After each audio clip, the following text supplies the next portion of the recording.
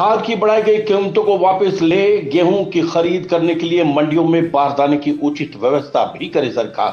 कृष्ण मलिक। सोमवार को Indian national Lokdal party ने इनेलो जिलाध्यक्ष कृष्ण मलिक के नेतृत्व में सरकार के किसान विरोधी फरमानों के विरोध में प्रदर्शन किया और उपायुक्त के माध्यम से राज्यपाल के नाम ज्ञापन सौंपा। इस मौके पर कृष्ण मलिक ने संबोधित करते हुए कहा कि सरकार खाद की कीमतों में की गई बेतहाशा वृद्धि वापस ले और मंडियों में गेहूं की खरीद न होने तथा बारदाने की उचित व्यवस्था न होने की तरफ सरकार ध्यान दे। भाजपा सरकार के निर्णय के अनुसार खाद की कीमतों में 50% से लेकर 60% तक वृद्धि की गई है। डीएपी पर 60% वृद्धि तथा अन्य खादों एनपीके आदि पर 50 से 55% की वृद्धि की गई। ये वृद्धि ऐसे समय में की गई जबकि खरीफ की फसलों की एमएसपी पहले ही घोषित हो चुकी है, जिसमें पिछले साल की एमएसपी पर लगभग 3% की वृद्धि की गई, जो किसानों के साथ भद्दा मजाक है। किसानों को बढ़ी हुई कीमतों पर खाद खरीदनी पड़ेगी, जिससे फसल के लागत मूल्य में भारी वृद्धि होगी। कृषि पहले ही घाटे का सौदा बनकर रह गई। पेट्रोल डीजल के दाम आज आसमान को छू रहे हैं, जिससे फसलों की लागत मूल्य में भारी वृद्धि हुई है। सरकार एक तरफ तो किसानों की आय दोगुनी करने की बात करती है और दूसरी ओर खाद की कीमतों तथा पेट्रोल डीजल में भारी वृद्धि कर रही है। इससे किसान की आय दोगुनी कैसे होगी? प्रदेश में सभी खरीद केंद्रों पर बारदाने की भारी कमी के कारण गेहूं की पूरी खरीद नहीं हो पा रही, जिससे किसान परेशान है।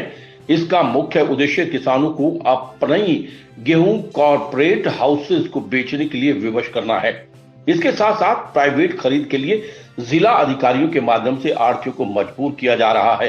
किसानों को कहा जाए कि वो अपना गेहूं अडानी के गोदाम जो ढांड के क्षेत्र में स्थापित हैं ले जाया जाए, जहां बारदाने की जरूरत नहीं होगी। सरकार द्वारा प्रदेश में डिपो होल्डरों को कच्चे आढ़तियों का लाइसेंस देकर प्राइवेट कंपनियों के लिए गेहूं खरीद हेतु अधिकृत किया है, जबकि अनाज मंडियों में आढ़ती पहले ही गेहूं खरीद के लिए उपलब्ध हैं। इस प्रकार का निर्णय परोक्ष रूप से बड़े औद्योगिक घरानों को लाभ पहुंचाने का प्रयास है। खाद की अप्रत्याशित वृद्धि की इंडियन नेशनल लोकदल पार्टी कड़ी निंदा करती है और पुरजोर मांग करती है कि कीमतों में की गई भारी वृद्धि को तुरंत वापस ले और किसानों की गेहूं की खरीद के लिए मंडियों में तुरंत प्रभाव से बारदाने का उचित प्रबंध किया जाए। इस मौके पर श्रीमती चंद्र प्रभा, सोनीपत के युवा अध्यक्ष कुणाल गहलावत, जिला प्रवक्ता फूल कुमार चौहान, लीगल सेल के जिला अध्यक्ष बालकृष्ण शर्मा, विकास मलिक, आशीष सुहाग, बड़ौदा हल्के के पूर्व प्रत्याशी जोगिंदर मलिक, विनोद खरखुदा, अशोक राणा, डॉक्टर कुलबीर सांगवान, अंगद चहल, योगेंद्र मलिक, राजेश सूला, जंगी चहल, अनिल महरा, साबर अली, राहुल आंतिल, जोगिंदर सिंह, धर्मपाल लाठी, सूरत मेहदीपुर इत्यादि मौजूद रहे। मैं Balkrishna Sharma advocate legal cell का जिला अध्यक्ष हूँ। आज हम किसानों के प्रति जो ये सरकार ऐसा रवैया बनाए हुए है जैसे किसानों को ख़त्म करने की कोशिश की जा रही है। गेहूं की खरीद के लिए मंडियों में बारदाना नहीं है और हमारा कैथल में डांड और यहाँ अपने सोनीपत में तियाड़ मलिक में जो अडानी द्वारा बनाए गए गोदाम हैं, इन गोदामों में सीधे तौर पर गेहूं ज़मींदारों से खरीदे जा रहे हैं और ख़रीदने में भी ऐसा सिस्टम बनाया हुआ है, झाड़ने लगाए हुए हैं जिसमें काफ़ी वेस्टेज निकाली जा रही है और सीलन के नाम पर भी काफ़ी कम पैसे दिए जा रहे हैं। और पैसे देने का तरीका जो बताया गया है वो कहा गया है कि आपको राशन डिपो होल्डर हैं वो पैसे देंगे, जो हम गेहूँ किसी को देते हैं और पैसा कोई देगा। पेट्रोल डीजल की प्रदेश व देश में निरंतर महंगाई बढ़ती जा रही है, जिसके कारण आज आम आदमी को भी जीना मुश्किल हो रहा है। किसानों की तो बात भी कुछ और है। 3 काले कानून जिनकी बात हम कह रहे हैं, इनके बारे में भी हमारा प्रदर्शन है कि ये तीनों काले कानून वापस लिए जाने चाहिए और इस सरकार द्वारा ये किए गए कृत्यों की इंडियन नेशनल लोकदल परिवार घोर निंदा करता है। मैं कृष्ण कुमार मलिक, जिला प्रधान एनएलडी सोनीपत। हमारी पार्टी का सारे हरियाणा में जिला सत्र पर जो किसान विरोधी नीतियां सरकार की, उनके विरुद्ध प्रदर्शन करके डीसी के मार्फत गवर्नर को भेजना है।